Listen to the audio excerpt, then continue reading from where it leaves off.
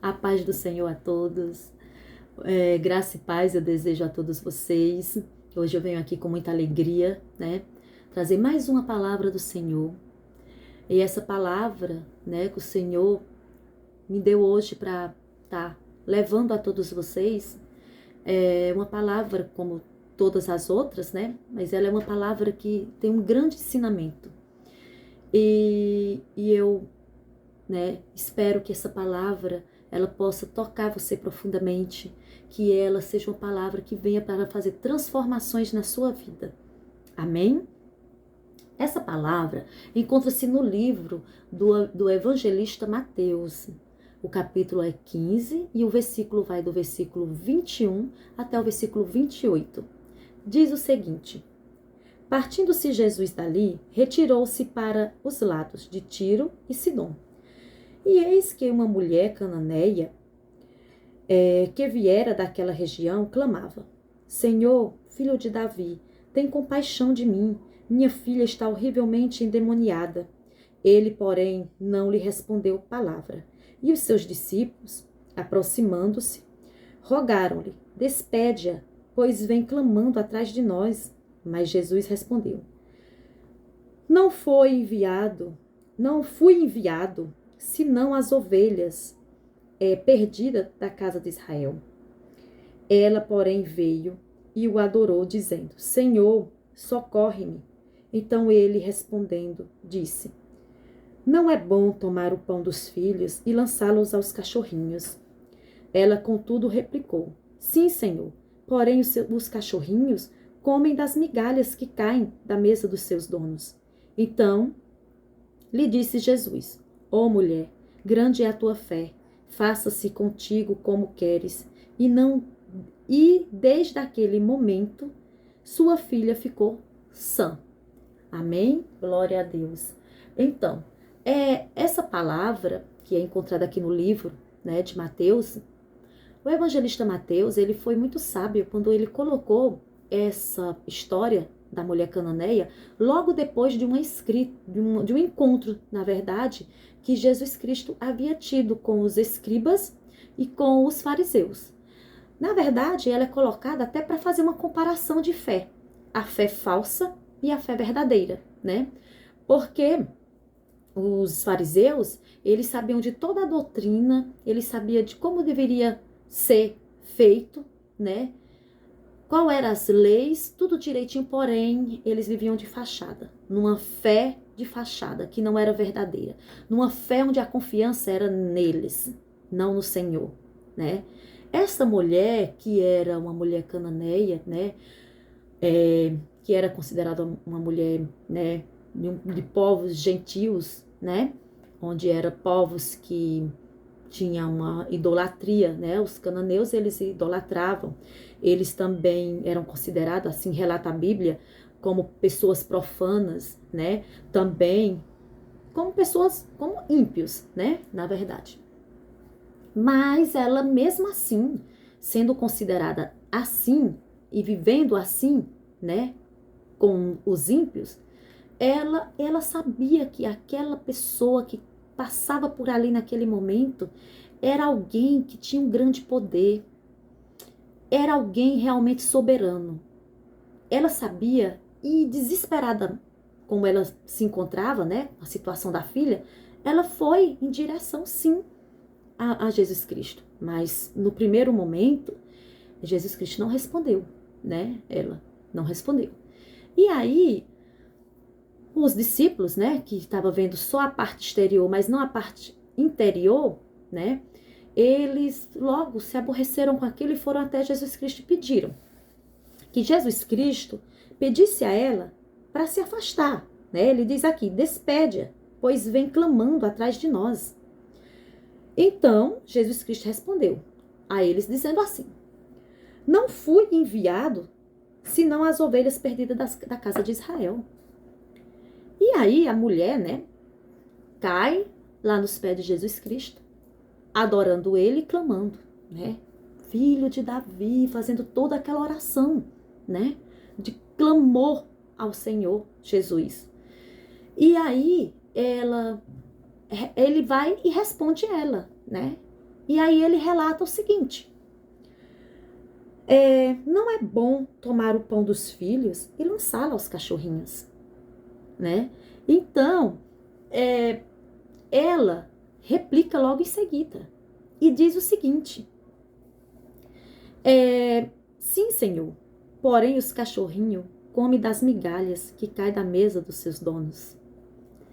Então, essa palavra, ela vem nos ensinar muito, muito. Inclusive, ela ensina naquele momento a mulher cananeia aos próprios discípulos, que eram seguidores de Jesus Cristo. Na verdade, é bem verdade isso, que Jesus Cristo, ele nasceu, né, povo judeu, e ele foi enviado mesmo para restaurar o povo de Israel. Mas ele não era um Deus de um povo, somente de um único povo. Ele era um Deus de todas as nações, certo? E aí, então, quando ele... Aí você pode dizer assim, por que ele não respondeu logo ela? Por que ele ficou calado, né? Por que ele disse assim, que ele tinha vindo, senão para o povo israelita? E aí, quando ele retrata isso, quando ele fala isso, ele quer dizer o seguinte, que ele veio para aquele povo, os cristãos, né? Que estava ali, que acreditava nele, que ele veio para buscar, para restaurar aquele povo que estava ali, naquele sofrimento. E no caso dela, que fazia parte de um povo ímpio, né? Ele disse o seguinte: não seria bom tirar o pão desses filhos e dar para aquele povo que são pecadores, que faz idolatria, que são profanos, né? Mas quando Jesus Cristo relata isso para ela, Jesus Cristo já estava trabalhando, porque Jesus Cristo, ele não era como nós, que não sabemos o que se passa no coração de uma pessoa. Jesus Cristo, ele sabe do coração de cada um de nós, então ele já sabia o que se passava dentro do coração daquela mulher. Então, meio que ele, quando não lhe responde, ele já coloca ela à prova. No momento onde ele não responde, no momento onde ele responde ela dizendo que não é bom tirar dos filhos, quer dizer, dos filhos da casa de Israel, daqueles que seguiam ele, daqueles que realmente estavam lá adorando ele, para dar para alguém que não o adorava, para alguém que ele não existia para aquelas pessoas, que não, né? Mas Jesus Cristo já faz aquilo, já tipo de caso pensado mesmo. Ele já sabia o que estava fazendo e o que estava falando, como sempre soube, né? Então, ela não desiste, ela foi insistente. Mesmo ele respondendo isso para ela, ela realmente aceitou. Senhor, realmente. Aí você pode dizer assim, mas Jesus Cristo chamou ela de cachorrinho. E porque naquela época as pessoas que não adoravam o Senhor, né, o Deus verdadeiro, essas pessoas que não seguiam o Senhor, elas eram comparadas a cães, aqueles cães doentes, né, aqueles cães, a cachorros, né? E aí Jesus Cristo vai e relata. Ele não estava chamando a mulher de cachorro, ele estava relatando que ela era uma pessoa que fazia parte do povo, que era um povo de idolatria, um povo ímpio, né? Dos gentios que ela fazia parte. Mas quando ele relata isso, ele já relata para colocar ela, para provar a fé dela, que ele já sabia. Então ele queria provar. E ela insistentemente, mesmo recebendo de uma certa forma um não, né? Porque foi isso que ela recebeu, um não. Mesmo ela recebendo esse não, ela não desiste. Ela continua insistentemente. Quando ela relata, Senhor, mas até os cachorrinhos comem as migalhas que caem da mesa do seu dono. E aí o Senhor logo em seguida diz para ela, mulher, a tua fé é grande.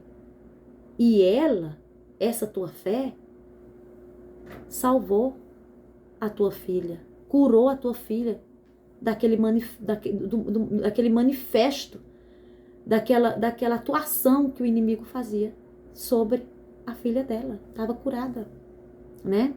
Então, os discípulos, eles não perceberam isso, né? E quando Jesus Cristo, tanto que, por que eles mandam Jesus Cristo despedir ela? Até mesmo porque ela era desse povo e eles eram judeus.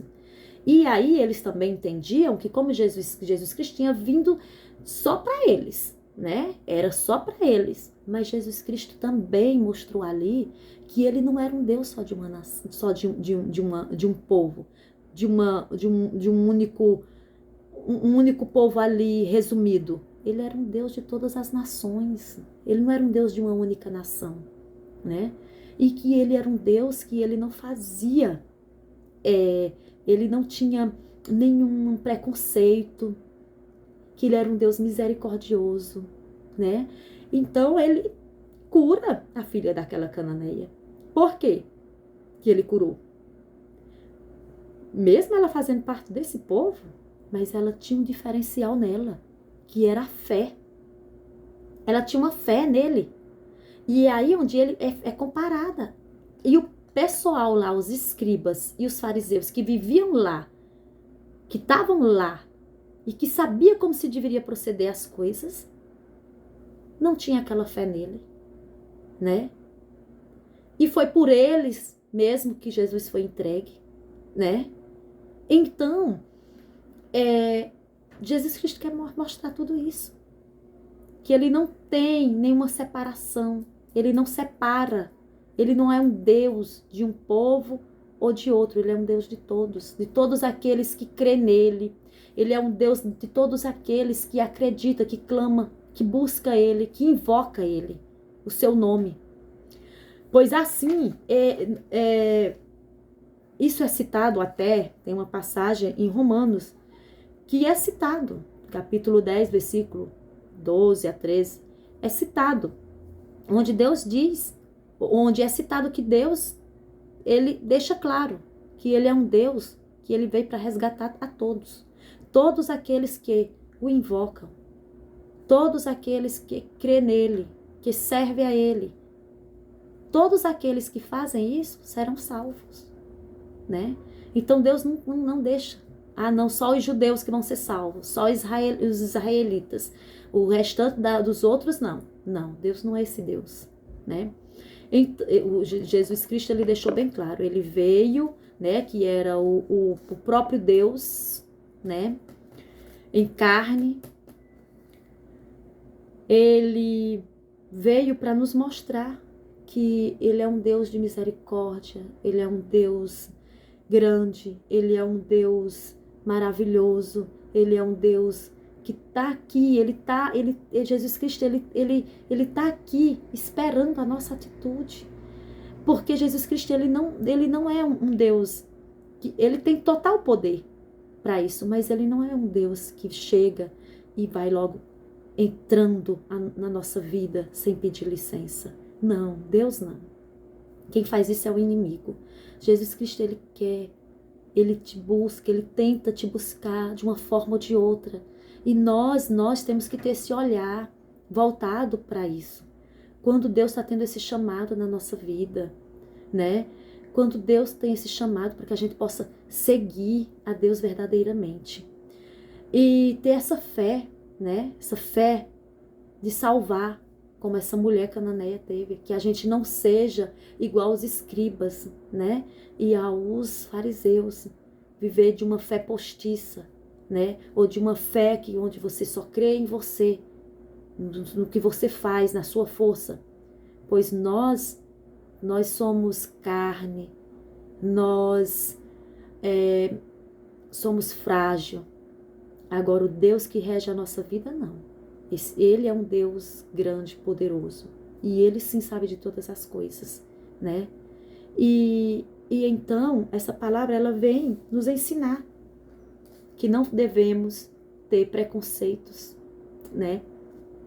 Mesmo que seja com as pessoas que, não, mas não são pessoas crentes, eu não vou estar me envolvendo, não vou estar buscando, é exatamente a elas que tem que ser buscada.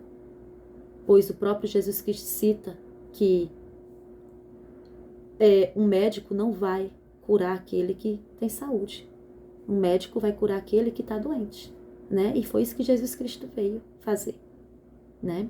Foi isso que ele veio. E ele não tem distinção de classe. Ele deixa claro pra gente, não existe essa distinção, certo? Ele não é um Deus de preconceito. Ele é um Deus de resgate, de trazer, de salvar. Ele é um Deus misericordioso, bondoso, maravilhoso. E então, que essa palavra possa vir tocar no nosso coração, para que a gente possa fazer análise, né, da gente mesmo, como está a nossa atitude, nós cristãos, como a gente tem nos comportado, né, diante do Senhor, com a nossa fé, com os nossos irmãos, né? Se a gente tem buscado, né, ajudar essas pessoas também, né, na fé, revigorar, restaurar. E também essa palavra, ela contribui muito, né, para que a gente possa entender que a fé, o Senhor, ele é um Deus único. Ele é um Deus único, um Deus de todos, né? E também que a gente não possa agir, né, como os discípulos agiram com os nossos irmãos, julgando, achando que porque somos crente, que o Senhor, ele é voltado só para nós. É lógico que a gente que vive de fazer a vontade do Senhor, a obra do Senhor verdadeiramente, né? A gente tem sim esse ponto com o Senhor, quando fazemos verdadeiramente, né? Esse respaldo com o Senhor. Mas isso não vem para que ele não venha para nos engrandecer, pois a glória é toda do Senhor. Que a gente não se vanglorie com isso, que a gente continue a orar, a vigiar e a pedir ao Senhor cada dia mais humildade. Humildade, porque é isso que o Senhor é conosco e é assim que nós temos que ser com os nossos irmãos. E essa palavra, ela é uma palavra que, se você observar bem, ela retrata a questão também de um comportamento de Deus onde ele se cala. E quantas vezes o Senhor não se cala? Quando a gente ora, muitas vezes, a gente não recebe às vezes a resposta do Senhor imediatamente, né? E logo em seguida a gente quer desistir das nossas orações, que quer deixar para lá, não, o Senhor não está me ouvindo, o Senhor não está me respondendo. Não, que a gente seja igual essa mulher. A gente seja insistente, pois se o Senhor não está respondendo, é porque o Senhor quer mais da gente. É porque o Senhor quer que você busque mais, que a sua oração seja mais verdadeira, seja mais forte. O Senhor não está atrás de palavras bonitas, não. Tá entendendo? De todo aquele aparato, não. O Senhor quer a nossa veracidade, a sinceridade do nosso coração nas nossas palavras. É isso que o Senhor quer. É isso que o Senhor está atrás. Amém? Então que essa palavra possa vir fazer você refletir, né? Principalmente nós, né? Nós que servimos ao Senhor, que somos crentes. Ela vem sim para trabalhar para os ímpios, mas ela vem para trabalhar principalmente a nós, né? Que nós sejamos crentes, mas crentes verdadeiramente na fé, nas nossas obras, tá entendendo? Nas nossas atitudes, nas nossas palavras, né? Que a gente possa entender que o Senhor é sim um Deus de todos. Glória ao Senhor. Que o Senhor possa adentrar a sua vida cada dia. Dê essa permissão para o Senhor, para que Ele entre na sua vida, que Ele faça morada na sua vida. Pois o Senhor é um Deus soberano, é um Deus que sabe de todas as coisas.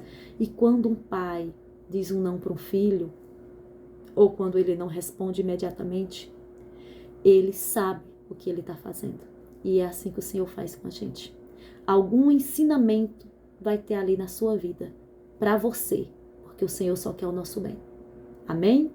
Fica com Deus. Até a próxima.